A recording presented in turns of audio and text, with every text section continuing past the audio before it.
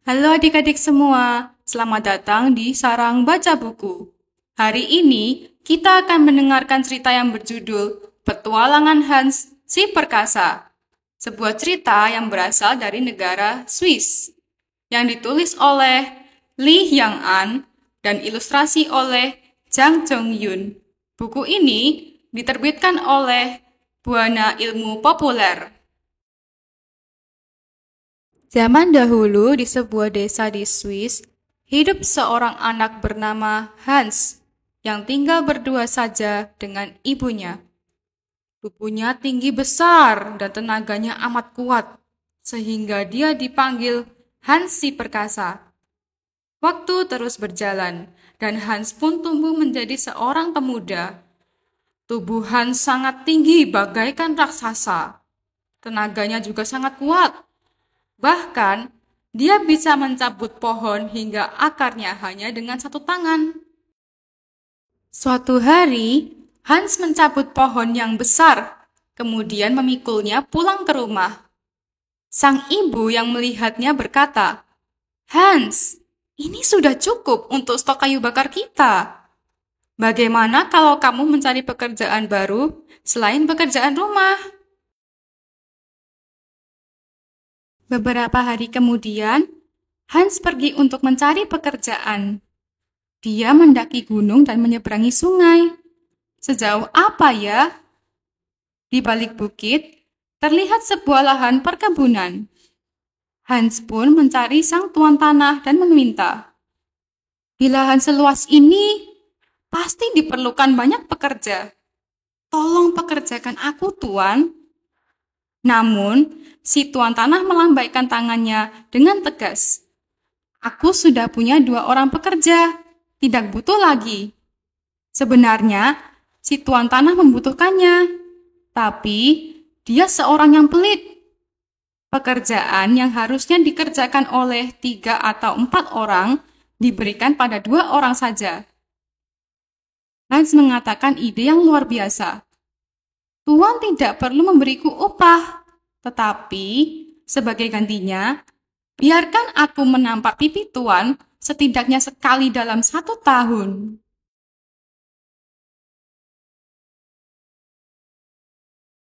"Apa? Tidak perlu memberi upah?" kata si tuan tanah dalam hati. Dia girang sekali mendengarnya. "Jika aku bisa menghemat upah pekerja 1 tahun, tidak masalah dapat 1 tamparan." Si tuan tanah langsung mempekerjakan Hans bersama pekerja lain. Mereka lalu pergi ke gunung untuk menebang pohon. Tetapi, potongan kayu sudah menumpuk penuh di atas kereta kuda, sehingga mereka menghadapi kesulitan. Tenaganya juga sangat kuat. Bahkan, ia bisa mencabut pohon hingga akarnya hanya dengan 1 tangan. Beban kayu sepertinya terlalu berat, jadi kudanya tidak mampu mengangkutnya. "Masalah besar. Kalau kayu ini tidak bisa diangkut, pekerjaan kita tidak bisa selesai hari ini." Melihat para pekerja yang khawatir, Hans berkata, "Tidak usah khawatir, aku akan menyelesaikannya." Hans mengangkat kuda yang terikat di kereta, lalu menaikkannya di atas tumpukan kayu. Kemudian, Hans mengangkat kereta kuda itu dengan mudahnya. 2 pekerja lain mulutnya menganga lebar, saking terkejutnya. Si tuan tanah yang melihat Hans masuk ke perkebunan dengan mengangkat kereta kuda pun sangat terkejut. Dia jadi ketakutan. "Kalau aku ditampar oleh anak itu, aku bisa mati." Tidak hanya itu, selain memiliki tenaga yang kuat, makan Hans juga banyak. Lagi-lagi, tuan tanah dibuat terkejut. Dia memakan stok makanan yang bisa dihabiskan pekerja lain dalam sebulan. Kalau begini, stok makanan untuk setahun juga akan segera habis. Tuan tanah jadi khawatir. Apa yang harus kulakukan pada raksasa itu? Suatu hari, si tuan tanah memanggil Hans. Kamu tahu, beberapa hari yang lalu, istriku menjatuhkan gelangnya ke dalam sumur. Kamu masuklah ke dalam sumur dan cari gelang itu. Baik, akan segera ku cari. Segera setelah Hans masuk ke sumur, si tuan tanah memerintah pekerja lain. Bawa batu-batu dalam satu gerobak penuh dan masukkan batu itu ke dalam sumur. Dia bermaksud mengubur Hans dengan menutupi sumur dengan batu.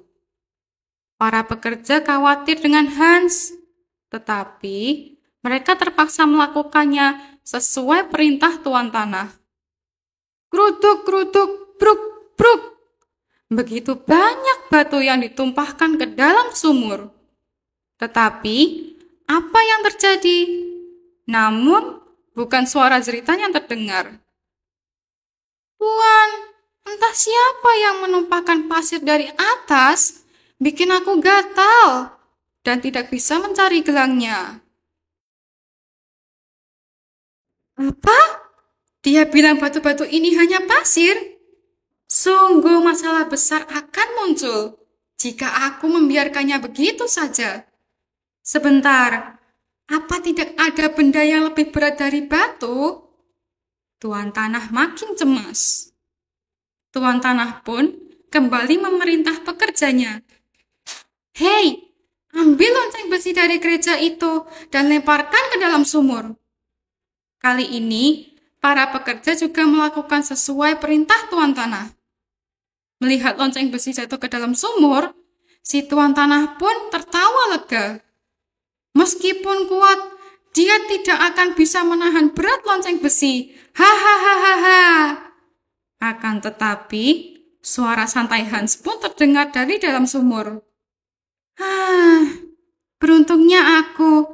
Aku jadi punya topi yang pas dengan kepalaku. Jantung si tuan tanah pun berdebar kencang. Jika aku jadi ditampar oleh anak seperti itu, tulangku akan hancur. Si tuan tanah pun kembali memerintah para pekerjanya. Bawa batu penumbuk yang paling berat di desa dan lemparkan ke dalam sumur. Para pekerja kesulitan membawa penumbuk batu yang sangat berat itu, sehingga langsung menjatuhkannya ke dalam sumur. Hahaha. Kali ini anak itu tidak akan berkutik. Tak lama setelah tuan tanah merasa lega, kembali terdengar suara Hans yang menggema dari dalam sumur. Gelangnya sudah ketemu, sekarang aku akan naik. Begitu Hans keluar dari dalam sumur, si tuan tanah jatuh tertunduk. Hans tersenyum berseri-seri dengan lonceng besi di kepalanya, dan penumbuk batu itu di pergelangan tangannya. Dengan suara bergetar, tuan tanah menggenggam kedua tangan Hans dan memohon, dengarkan aku. Aku sudah tidak memerlukan pekerja lagi. Jadi, cepatlah pergi dari sini. Jika kamu mau melakukan itu, saat ini juga aku akan memberimu upah untuk 1 tahun. Hans tersenyum dan menganggukkan kepala. Kalau Tuan mau begitu, lakukan saja. Hans yang telah menerima upah pun kembali berjalan mencari pekerjaan. Hans pergi menyusuri jalan pegunungan. Dia bertemu dengan 2 orang laki-laki gagah. Yang satu adalah seorang nelayan, dan satunya lagi adalah seorang pemburu. Kami juga sedang mencari pekerjaan. Ini pasti takdir. Ayo, kita cari pekerjaan bersama-sama. Ketiga orang itu pun menjadi teman. Namun, meski telah berjalan terus, mereka tidak melihat satupun rumah dan desa. Sepertinya kita terlalu masuk ke dalam hutan. Kita harus mencari jalan menuju desa. Saat itu, dari kejauhan, nampak sebuah rumah tua. Mereka mendekati rumah itu. Namun, tak ada siapapun di dalam situ. Baguslah, kita bisa tinggal di sini untuk beberapa hari. Esok paginya, 3 orang yang baru saja terbangun itu merasa sangat lapar. Akan tetapi, di dalam rumah hanya ada segenggam daging merah, sepotong keju, dan sebuah periuk usang. Kalau hanya ini, tidak akan membuat kenyang seorang pun. Ayo, kita berburu. Hans dan si pemburu pergi bersama ke hutan. Sementara si nelayan tinggal di rumah memasak daging. Saat itu, si nelayan sedang menaikkan periuk berisi daging ke atas perapian. Hihi, baunya enak. Seorang nenek tiba-tiba masuk ke rumah dan berkata dengan suara yang menjengkelkan. Si nelayan sangat terkejut.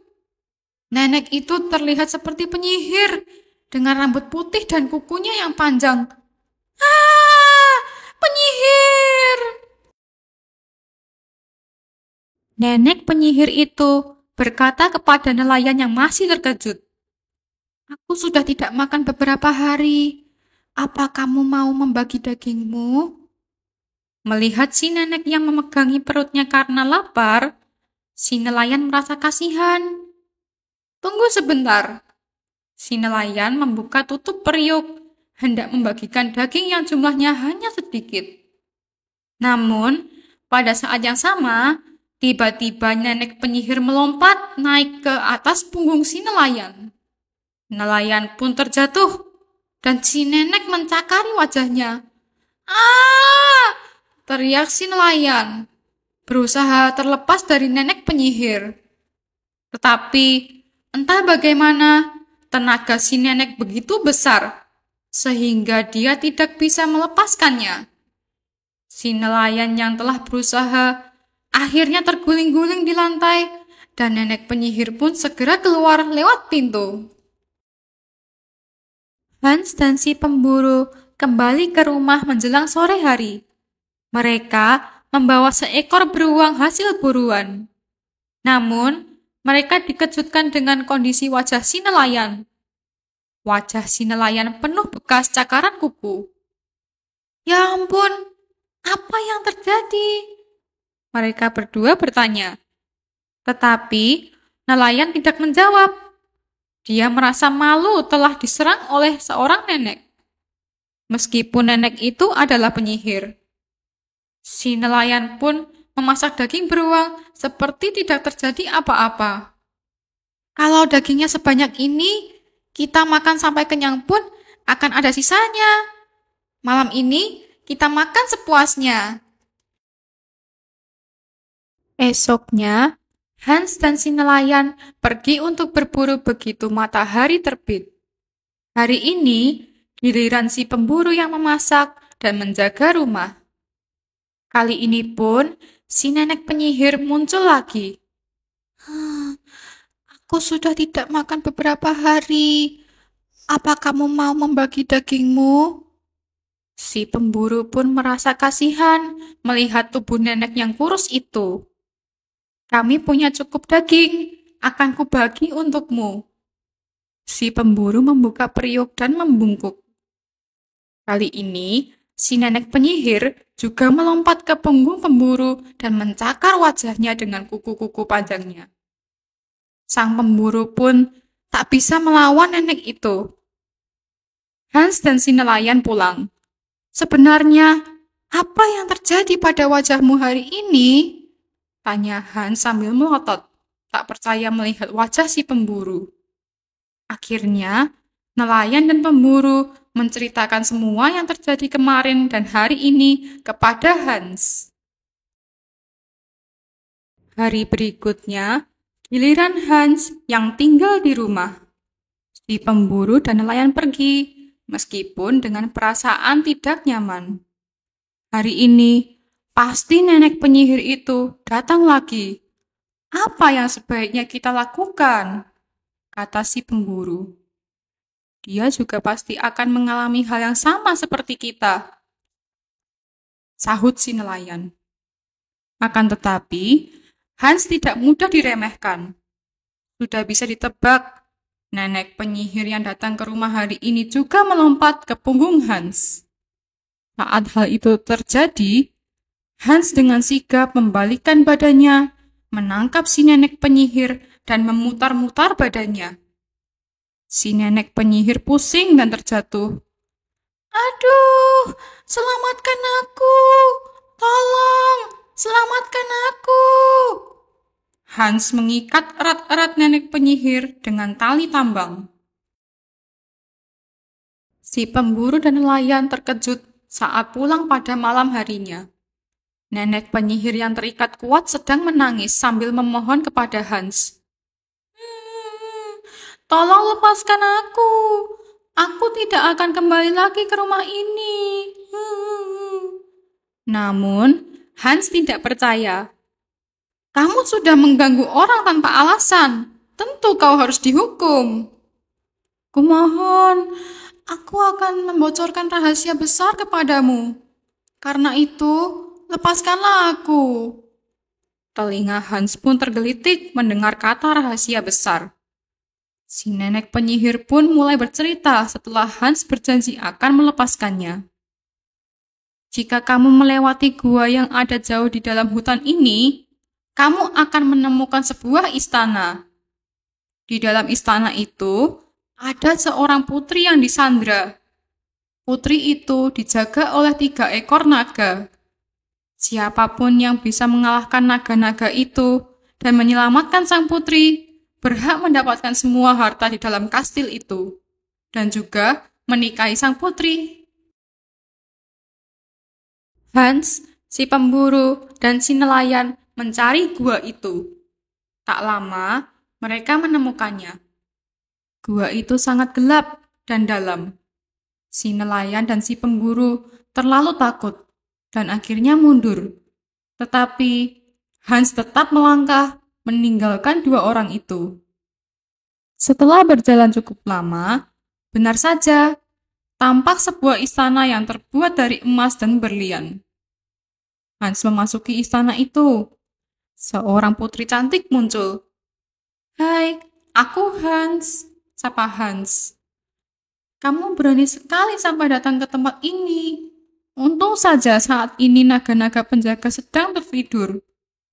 Sebelum naga-naga itu terbangun dan sadar, cepat minum jus anggur dan makan roti ini. Ini adalah makanan ajaib yang membuat kuat orang yang memakannya. Sang putri juga memberikan sebuah pedang kepada Hans. Kurasa pedang sakti ini bisa membunuh monster apapun. Setelah memakan makanan ajaib dan membawa pedang pemberian putri, tidak ada lagi yang ditakutkan Hans. Saat itu, seekor naga hijau besar menyemburkan api untuk menyerang Hans. Hei kamu, terimalah pedang sakti ini. Hans berlari dan menghunuskan pedangnya dengan berani.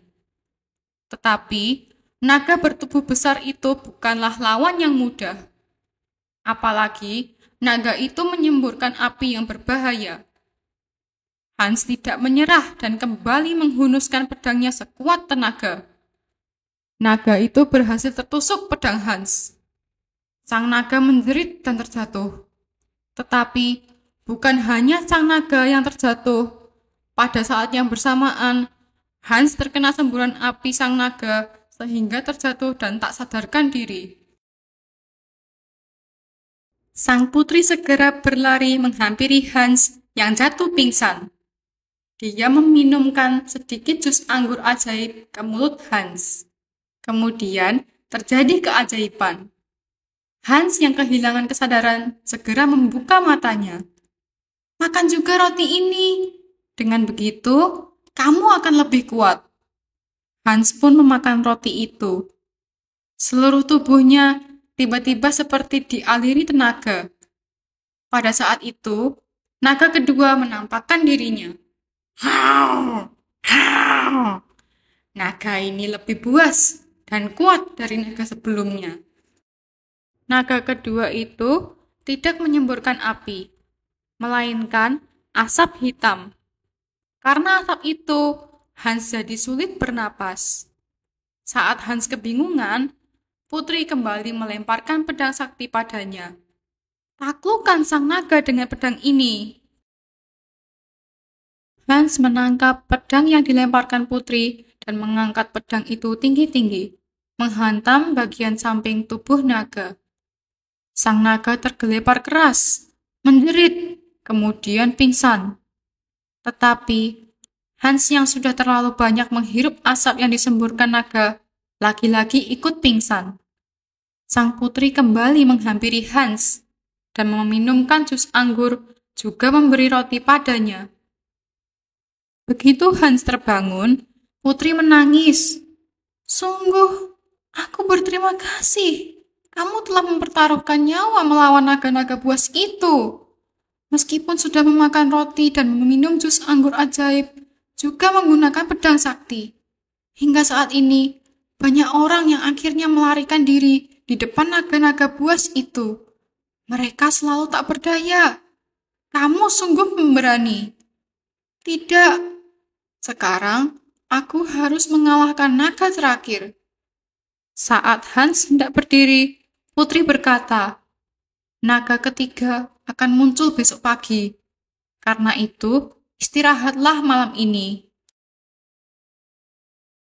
Putri menghantarkan Hans ke kamar tidur. Di kamar tidur yang hangat, Hans merasa hanya tidur sebentar. Dan tak terasa, pagi telah tiba. Putri kembali memberikan jus anggur dan roti untuk sarapan Hans. Hans yang telah makan hingga kenyang merasa tenaganya mengalir kembali. Sang putri pun memberikan pedang sakti yang ketiga. Pedang itu lebih besar dan berat daripada pedang sebelumnya. Naga ketiga ini adalah naga yang paling besar dan kuat di antara naga yang lain. Jelas putri. Jangan khawatir, aku pasti akan mengalahkan naga itu dan menyelamatkanmu, jawab Hans. Saat itulah, tiba-tiba terdengar suara menggelegar seperti petir. Akhirnya, naga ketiga muncul. Naga ketiga mampu menyemburkan kobaran api dan asap hitam secara bersamaan. Kekuatannya juga jauh lebih kuat dari dua naga sebelumnya. Keringat Hans bercucuran. Dia mencoba melawan naga itu sekuat tenaga. Meski begitu, dia tidak bisa mengalahkan sang naga dengan cepat seperti sebelumnya. Pertarungan Hans dan sang naga berlangsung selama berjam-jam. Sang naga sedikit mundur seperti kelelahan. Hans memanfaatkan kesempatan itu untuk menyerang sang naga dengan seluruh kekuatan yang tersisa. Akhirnya, naga ketiga pun tumbang. Hans yang telah menggunakan seluruh tenaganya pun ikut terkapar. Putri yang sejak tadi memperhatikan dari jauh menghampiri Hans. Tetapi, di tangan putri tidak ada jus anggur dan roti ajaib. Namun, putri memberikan kecupan hangat di pipi Hans. Dan secara ajaib, Hans pun membuka matanya kembali. Setelah kabar tentang tumbangnya naga-naga buas itu tersebar, para pelayan kerajaan yang selama ini melarikan diri kembali lagi ke istana. Kemudian, istana sibuk mempersiapkan pesta pernikahan Hans dan putri. Mereka menghias setiap sudut istana dengan bunga dan membuat masakan yang lezat. Mereka juga mengundang rakyat di luar istana ke pesta itu. Tak lupa, Ibu Hans, si pemburu, dan si nelayan pun ikut diundang. Pesta pernikahan Hans dan putri pun digelar. Itu adalah pesta pernikahan paling indah di seluruh dunia. Setelah pesta selesai, Hans bertemu dengan si pemburu dan si nelayan. Mereka berbagi kebahagiaan sambil memakan roti dan meminum jus anggur ajaib. Tetapi anehnya, hanya Hans yang menjadi semakin kuat setelah memakan roti dan meminum jus anggur itu. Sepertinya, roti dan jus anggur itu adalah keajaiban untuk Hans si perkasa seorang. Sekian cerita dari petualangan Hans si perkasa. Terima kasih dan sampai jumpa di cerita kami berikutnya. Jangan lupa like video kami dan subscribe channel kami. Sampai jumpa adik-adik.